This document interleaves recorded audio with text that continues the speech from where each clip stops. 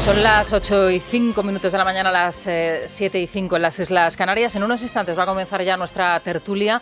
Ya veo por ahí a Tomás Cuesta, si no me equivoco también Paco Maruenda va a estar en nuestros estudios en unos minutos y alguien más. Así que bueno, sorpresa, a partir de las 8:30 se lo avanzamos y sobre todo lo escuchan.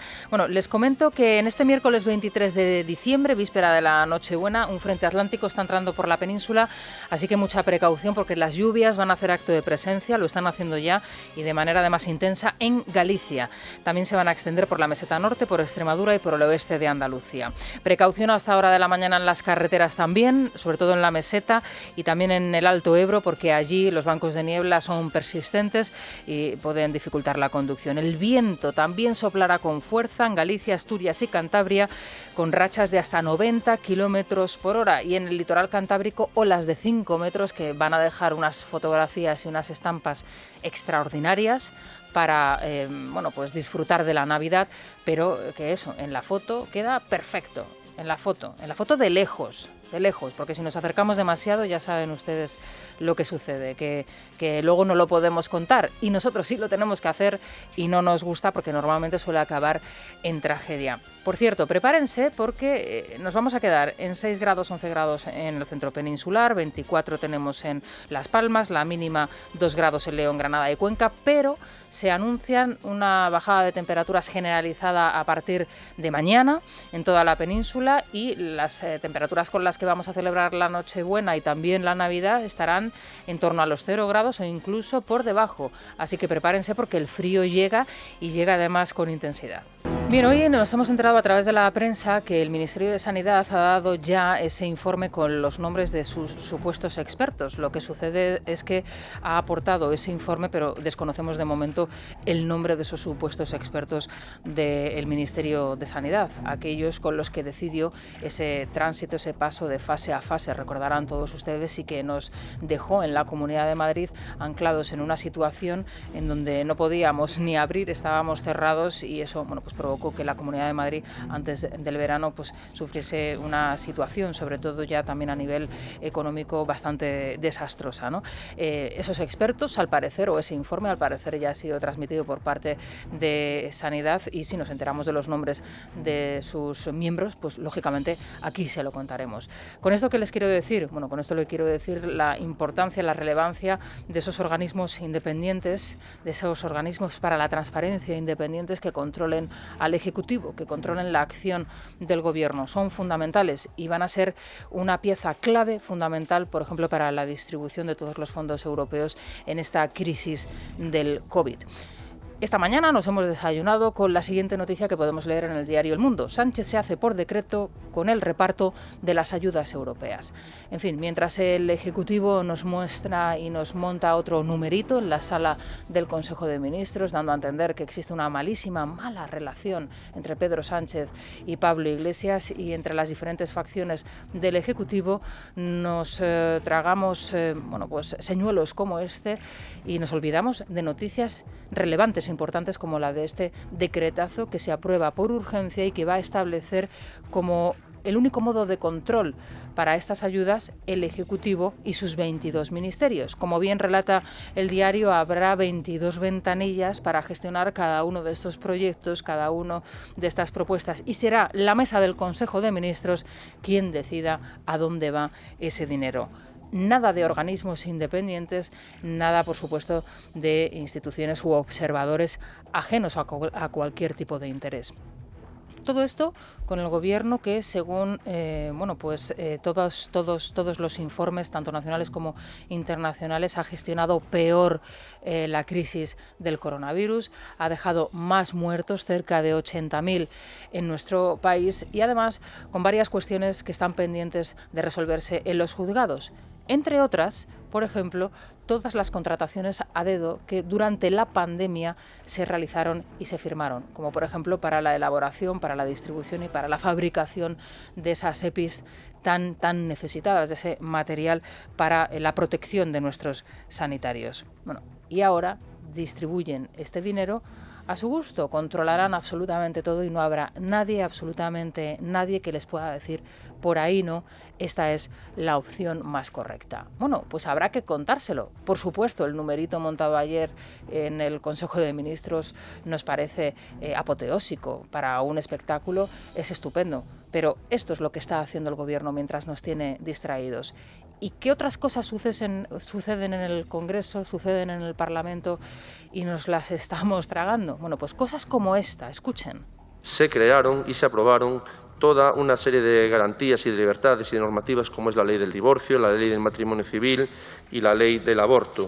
Todas ellas normativas en las cuales se inspira hoy nuestra actual legislación y tradición constitucional. Por todo ello, la República, el único jefe de Estado elegido democráticamente en la historia de nuestro país, por última vez con esta norma constitucional, hace 84 años. En su obsesión por resucitar el pasado con esa añoranza que les hace estatuas de sal, ustedes quieren traer una y otra vez su exaltación nostálgica de la República, mientras atacan a la Constitución vigente, a la transición que la hizo posible y deterioran nuestro marco de convivencia. Errores imperdonables que llevaron al fratricidio y a la contienda civil y que, por lo tanto, hacen que sea imposible de todo punto que podamos en este momento apoyar la celebración. Me parece muchísimo más importante reivindicar la Constitución del 78, la actualmente vigente, pero constantemente en peligro. Esta es la Constitución que tenemos en común, señoría.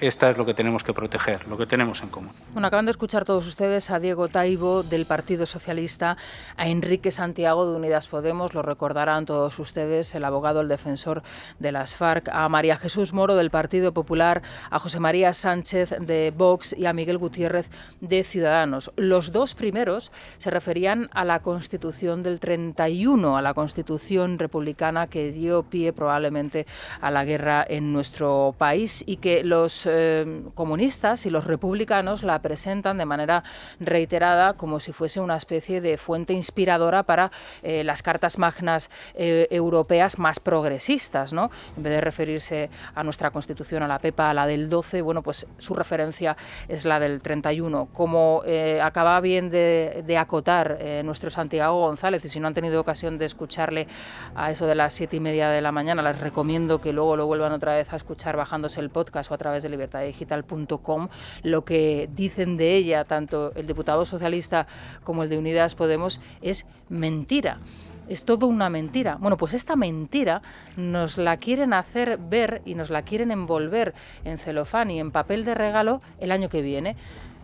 Ayer lo que se debatía en el Congreso de los Diputados era la preparación precisamente de unos homenajes a la Constitución del 31 en una propuesta del Partido Socialista que salió aprobada por mayoría, al mismo tiempo que se rechazaba otra del Partido Popular, que en esta ocasión lo que pretendía era reforzar, de alguna manera proteger la del 78. Esto es lo que sucedía ayer en el Congreso de los Diputados y que difícilmente van a poder encontrar en los periódicos, salvo alguna excepción, como por ejemplo la del diario ABC, que da buena cuenta de esa sesión parlamentaria que se produjo ayer en una de las comisiones en el Parlamento y en donde pueden, por ejemplo, abordar el análisis de Ignacio Sánchez Cámara, una constitución hemipléjica, es como lo titula hoy. Bueno, pues es interesante porque la memoria histórica, el proyecto republicano de este gobierno socialcomunista continúa, va a continuar en el año 2021 y para ello han destinado cerca de 12 millones de euros en esa partida de presupuestos precisamente para la memoria histórica. Empezaron sacando a Franco de la Fosa, van a continuar homenajeando la Constitución del 31 y veremos a ver qué es lo que sucede el año que viene. Aquí, desde luego aquí, sí que se lo vamos a contar. Como por ejemplo les vamos a contar qué persona y quién es la persona que va a sustituir al fiscal Navajas en la Fiscalía General del Estado como segundo de la señora Dolores Delgado como nuevo teniente fiscal y, oh casualidad, se trata de la persona que hasta la fecha ha estado investigando todas las causas referentes al rey emérito don Juan Carlos. Miguel Ángel Pérez, ¿qué tal? Buenos días. Buenos días, Rosana. Bueno, ¿de quién estamos hablando, Miguel? Bueno, pues Juan Ignacio Campos es un fiscal muy conocido y también pues muy reconocido dentro de la carrera fiscal. Lleva ya muchísimos años en su carrera en la Fiscalía del Supremo, concretamente desde 1996, y desde luego, sin duda, Rosana, lo que más llama la atención de él es lo que tú comentabas. Es un fiscal de la máxima confianza de Dolores Delgado, tal es así que ahora mismo es el que está coordinando las 3 investigaciones abiertas al rey emérito don Juan Carlos. También hay que decir, otro punto importante, es de la UPF, de la Unión Progresista de Fiscales, a la que pertenece también la propia Dolores Delgado, y ha habido una cosa que ha molestado internamente en el Ministerio Fiscal, y es que ya hace unas semanas se filtró que Juan Ignacio Campos era el favorito para Dolores Delgado. ¿Qué es lo que provocó esto? Pues que a la plaza solamente se presentara el propio Juan Ignacio Campos para ser el nuevo teniente fiscal del Supremo, porque todos sabían que Dolores Delgado, pues en el Consejo Fiscal celebrado ayer, pues iba a elegir, como ha sucedido, a Juan Ignacio Campos. Como decimos, es un fiscal que tiene prestigio, de hecho era el jefe de la sección de delitos económicos, es el jefe de la sección de delitos económicos de la Fiscalía del Supremo. Ahora mismo ya se va a convertir en el número 2 de facto de la Fiscalía General del Estado, y lo más importante es, desde luego, el hilo directo, la sintonía que tiene con Dolores Delgado, y teniendo, como tiene ahora mismo, pues 3 investigaciones abiertas al rey don Juan Carlos, y cómo puede afectar en el gobierno. Claro, dos cuestiones que te quiero plantear. La primera, el dato que nos acabas de dar, es decir, Dolores Delgado de alguna manera revienta, digamos, el concurso, ¿no?, para ocupar esa plaza, filtrando el nombre de su favorito. De esta manera nadie más se presenta a ella. A mí me parece desde luego una burda maniobra. Luego incluso es la argumentación que la propia Fiscalía da, ¿no? Es que solamente se ha presentado él, no se ha presentado ninguno más, ¿no? A mí me parece un detalle desde luego de importancia. Y luego, ¿qué es lo que sucede ahora y cuál es el papel que Juan Ignacio Campos va a tener en esta investigación, en estas 3 investigaciones, Miguel? Pues desde luego lo que hay que decir, Rosana, es que en el tema de la investigación al rey Juan Carlos, pues también es verdad que hay muchas suspicacias internas en el Ministerio Fiscal. ¿Por qué? Porque, bueno, se han juntado ahora mismo 3 investigaciones abiertas al rey, pero también es verdad que al menos en dos de ellas inicialmente se da por hecho que no hay nada. Entonces, ¿qué es lo que sucede? Pues que no se entiende por qué mantienen abiertas esas investigaciones desde hace tanto tiempo, porque algunos interpretan pues que de alguna forma se quiere, digamos, condicionar o tener ese as en la manga en la Fiscalía, y muchos entienden que si no hay nada más, no se han encontrado indicios delictivos, lo que hay que hacer es archivar inmediatamente esas 3 investigaciones, con lo cual, pues como decimos, la llegada de Juan Ignacio Campos al número 2 de la Fiscalía, que por cierto va a ocupar solo durante 2 años, porque tiene 70 años y se va a jubilar a los 72, como ha pasado con Luis Navajas, que por cierto tuvo una despedida por la puerta de atrás después de ese informe en el que pedía el archivo masivo de todas las querellas del COVID. Pues como decimos, Juan Ignacio Campos va a tener un papel relevante en su recta final, esos 2 años que le quedan, y nada más y nada menos que con las investigaciones del rey Juan Carlos, y con unas suspicacias internas que no entienden por qué algunos de esos 3 casos, si ya se ha llegado a la conclusión aparentemente que no hay indicios delictivos, por qué no se archivan inmediatamente. Y eso es una cuestión que preocupa internamente a muchos miembros de la Fiscalía, y que justo pues en medio de esa preocupación resulta que el fiscal que coordina esas investigaciones, de la máxima confianza y con hilo absolutamente directo con Dolores Delgado, pues sube en el escalafón y se convierte en nada más y nada menos que en el número 2 del Ministerio Público. Claro, otra cuestión que te quería plantear: ayer se reunía el Consejo Fiscal, entre otras cosas, para sacar adelante este nombramiento. ¿Cómo ha sentado la nota de los fiscales del Supremo respecto a los indultos? Pues como decimos, Rosana, siempre ha habido como 2 fiscalías, ¿no? Ahora mismo se puede hablar de 2 fiscalías, algunos fiscales que de alguna forma se han plegado a lo que se supone que quiere Dolores Delgado, y otros que intentan, dentro de lo que cabe, pues mantener, digamos, su independencia y lo que se cree que se debe defender desde la Fiscalía. por supuesto, y aquí pues digamos entra pues este grupo reducido de los llamados fiscales del 1O, que son los que han decidido, como adelantamos en Libertad Digital hace 2 semanas, en un informe muy duro y muy contundente, decir que de ninguna forma se podría conceder el indulto a los golpistas del 1O. Entonces, digamos que ahora mismo los fiscales, digamos, independientes se están convirtiendo, por desgracia, en un verso suelto, que en muchos casos pues son mirados de forma distinta, que están se les retira en algún momento incluso el saludo por parte de algunos compañeros. Eso es lo que está pasando ahora mismo en la Fiscalía, y por supuesto pues después de este informe pues esperemos que no haya nuevos gestos hacia esos 4 fiscales del 1O que han decidido dar un paso adelante y dejar claro que de ninguna manera se podría conceder un indulto, porque es inconstitucional, porque no se cumple ninguno de los requisitos y porque todo el mundo conoce pues las penas altas que se han impuesto a estos penados, y por supuesto no se puede de alguna forma pues convertirse el Ministerio de Justicia a través del indulto en una nueva instancia que afee pues lo que sea las decisiones y las sentencias que toman los tribunales. Bueno, pues estaremos muy pendientes de todo lo que suceda, por supuesto, aquí se lo contaremos. Miguel Ángel, feliz Navidad, que lo pases Igualmente, muy bien, Rosana, con tu familia, un abrazo fuerte, te seguimos leyendo, por supuesto, y escuchando. Gracias. Un abrazo, Rosana, hasta luego. Son las 8:21 de la mañana, las 7:21 en las Islas Canarias. Suceden más cosas. Los numeritos que organiza el Gobierno, por supuesto, esas puestas de gala, como les digo yo y como las he denominado yo, en la sala de prensa, ¿no?, después del Consejo de Ministros. Se las vamos a contar ahora con Sara Sanz y con Rubén Fernández. El Ejecutivo prohibió los desahucios ayer por decreto ley y los cortes de suministros hasta el fin del estado de alarma, en principio hasta el 9 de mayo. La inquietud de asociaciones de propietarios y compañías de protección de alquileres es máxima, porque consideran que este veto es realmente una expropiación de facto a las viviendas por parte del Estado. Calculan además pérdidas de más de 9.000 euros a cada propietario afectado. El Gobierno confería ayer a la presentación de este decreto todo el boato posible. Nos lo cuenta Ketty Garat. ¿Qué tal? Muy buenos días. Buenos días. La guerra sigue Iglesias dio ayer un salto cualitativo contraprogramando al Ejecutivo. El vicepresidente publicó un vídeo en Twitter justo antes del Consejo de Ministros para arrogarse la paternidad del decreto de desahucios que presentaba el ministro competente, José Luis Ábalos, en una exhibición de fuerza de los 3 hombres de confianza de Pedro Sánchez en Moncloa. Los 3 puntales políticos del presidente, Ábalos, Calvo y Montero, comparecían con mensajes inequívocos para Pablo Iglesias, el primero de la portavoz María Jesús Montero. Otras materias que tengan que ver con pronunciamientos de algún miembro del Gobierno o de alguna de las formaciones políticas que afectan al Gobierno, créanme que para, desde luego, esta portavoz residen en un segundo plano. Aquí no sobra nadie, aquí todas las manos son necesarias, y en ese compromiso estamos trabajando más allá de que alguien se haga o no padre o madre de una determinada idea. Crítica al padre o a la madre de una medida que es lo de menos en un órgano colegiado que debe interpretar la misma música. Carmen Calvo añadía en este sentido otro reproche. El trabajo de un gobierno es coral.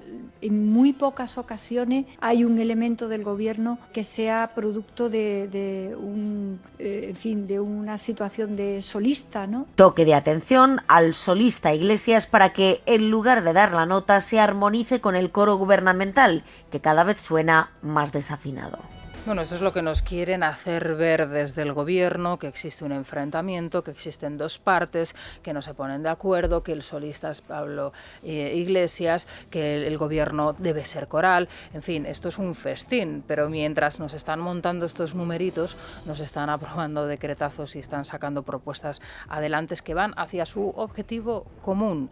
Y el objetivo común no es otro que el derrocar y el acabar con el orden constitucional que todos nos hemos otorgado y que todos nos hemos dado. Y ayer tuvimos esa muestra evidente en el Congreso de los Diputados.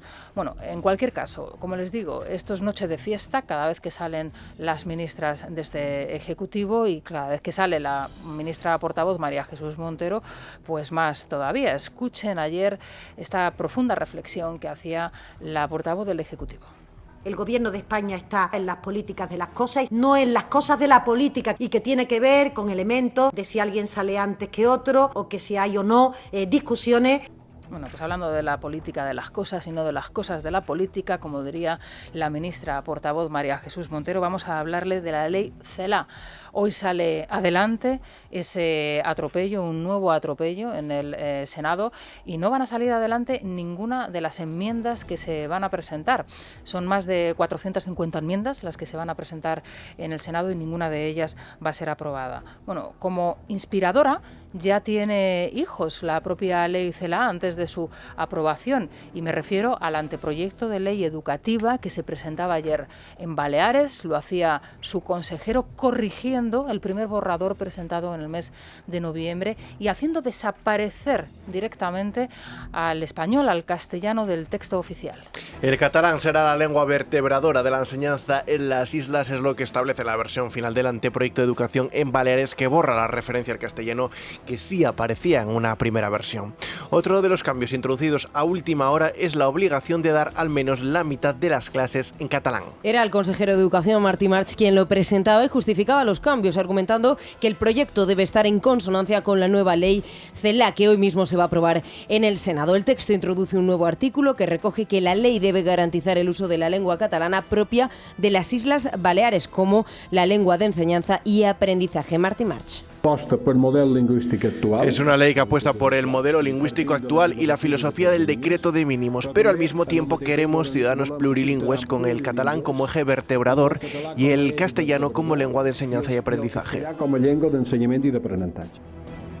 Mira, a partir de las 9:15 de la mañana vamos a tener ocasión de hablar con Mario Gutiérrez. Él es el presidente del CSIF, de la rama de educación. Vamos a hacer balance de lo que ha sido este primer trimestre del curso escolar. Ayer acabaron todos los estudiantes su curso, su primer trimestre, y queremos saber, bueno, qué balance hacen desde el CSIF, lógicamente cómo se ha podido conciliar, cómo se ha podido armonizar la seguridad en las aulas con la educación, y por supuesto le tendremos que preguntar sobre la ley CELA y sobre todo lo que está sucediendo en estos últimos días del año 2020. Por último, vamos a contarles cómo se encuentra nuestro país en la situación, en el estado de pandemia, cómo van los contagios y esa incidencia acumulada que lamentablemente día tras día va subiendo. La última en anunciar restricciones es el País Vasco, que limitará a 10 las reuniones en Nochebuena y de hasta 6 en Nocheviejas. Además, será una de las 6 comunidades junto a Madrid, Cataluña, Navarra, Aragón y La Rioja que exigirá complementar un formulario para entrar en la comunidad o viajar entre sus provincias. El certificado se puede cumplimentar desde Internet. En la Comunidad Valenciana son más estrictos. Habrá que acreditar el empadronamiento y se prohíbe la entrada a familiares que no tengan su residencia en la región. En el caso de Galicia y de Asturias, sus gobiernos autonómicos piden a sus familiares que lleguen de otras comunidades autónomas que se hagan una PCR gratuita. Escuchamos a Isabel Díaz Ayuso, presidenta de la Comunidad madrileña, y a la consejera vasca de Salud, Gotzone Sagardui. Hacer una llamada a la responsabilidad en estas fechas navideñas. Como todo el mundo sabe, estamos muy cerca de poder administrar la vacuna y los madrileños tienen nuestro compromiso de que haremos todo lo que está en nuestra mano para ser referentes inmunizando. Aplicamos un modelo más restrictivo en Nochevieja para evitar interacciones sociales y familiares de mayor riesgo. Bueno, pues seguiremos muy pendientes, lógicamente, de esas restricciones que se siguen aprobando, se siguen modificando y, lógicamente, les tenemos que informar porque la Nochebuena, la Navidad, está a la vuelta de la esquina y así se lo tenemos que contar para que sepan ustedes, lógicamente, qué es lo que pueden hacer y qué es lo que no deben en ningún caso hacer. Bueno, la seguridad es primordial, es principal y como la seguridad nos gusta a todos, pues tenemos que hacer una pausa para la publicidad, porque si no, no tenemos absolutamente nada seguro en nuestras vidas. Rubén, vamos a recordar a los oyentes el teléfono del audio WhatsApp para que nos ayuden a dejar sus comentarios, opiniones, y si nos quieren felicitar la Nochebuena y la Navidad también lo aceptamos, claro. Es muy sencillo, solo tienen que mandar una nota de audio WhatsApp al 648 91 92 60. Repetimos, nota de audio WhatsApp 648 91 92 60. Los escucharemos al filo de las 10 menos 10. Solo admitimos felicitaciones cariñosas, ¿eh? Las que son ofensivas no las va a meter Rubén, ¿verdad? Las escucharé, pero no las meteré. Bueno, vamos a la tertulia. Es la mañana. Es radio.